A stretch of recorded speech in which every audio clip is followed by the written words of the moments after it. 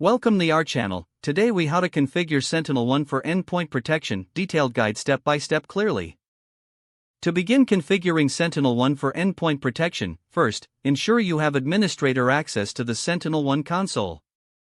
Log in to your SentinelOne account using your credentials.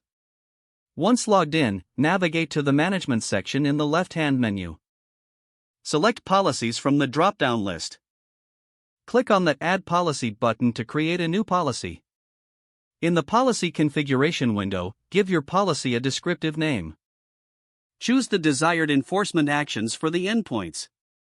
Configure the protection settings to determine how threats will be handled. Set up the exclusions if there are any files or directories you want to exclude from scanning. Next, adjust the network settings to manage firewall rules and network protection features. Review the threat research options to customize how your organization responds to detected threats. Once you've configured the settings, save the policy. Next, go to the Devices section in the left-hand menu. Select the devices you wish to apply the new policy to. Click on the Apply Policy button and choose the newly created policy from the list. Confirm the application of the policy to the selected devices. Now, monitor the deployment process in the Events tab to ensure policies are being applied successfully. For troubleshooting, check the Alerts section for any issues related to policy application. Regularly review your policy settings to adjust to any emerging threats or changes in your environment. Lastly, keep your SentinelOne software updated to ensure you have the latest protection features available.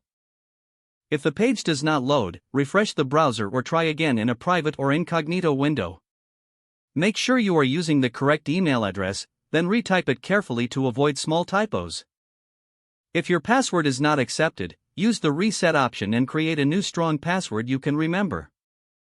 Check your spam folder for verification or security emails, then complete any requested confirmation steps.